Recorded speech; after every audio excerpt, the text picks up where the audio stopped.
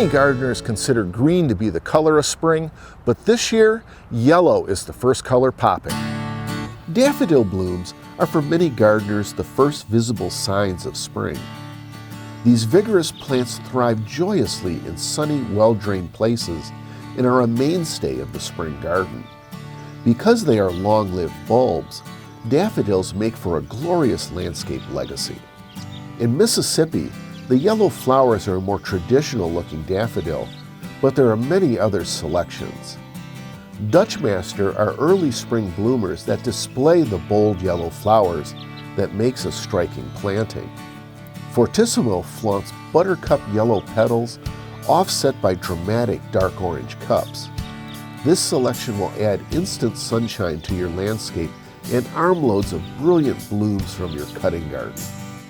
Ice Follies display delightful early spring blooms with shallow yellow cups and crisp white petals. I think they look like a sunny-side-up egg. Paper whites bloom in clusters of small white flowers. These have a fragrance that reminds me of gardens on warm, sunny days. Our other early yellow bloomer is Forsythia, which may be one of the most beautiful flowering shrubs. Forsythia are hardy and long-lived deciduous shrubs that thrive on neglect.